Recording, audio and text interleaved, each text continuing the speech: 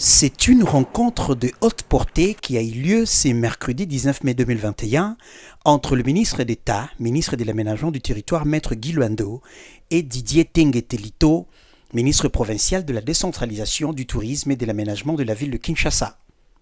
Au menu de cet échange, remettre de l'ordre dans la gestion des espaces du domaine physique de l'État.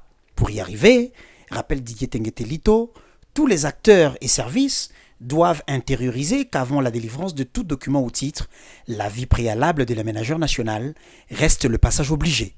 On a parlé justement des projets d'arrêté interministériel que nous avons au sein de notre gouvernement provincial, qui va faire de notre ministère aussi un ministère considéré comme service d'assiette, et justement que remettre de l'ordre un peu dans la gestion du domaine physique de l'État que l'aménagement gère. Et il est bien nécessaire et important de comprendre que tous les autres services viennent après, donc c'est-à-dire que ce soit l'urbanisme qui intervient dans sa verticalité, l'infrastructure, les travaux publics, tout ça, et aussi au niveau des affaires foncières. Vous savez que le conservateur, avant de donner un titre de propriété, il doit d'abord se référer en fait au niveau de l'aménagement. C'est l'aménagement qui décide que voilà, ça peut être affecté à telle situation, telle situation, telle situation.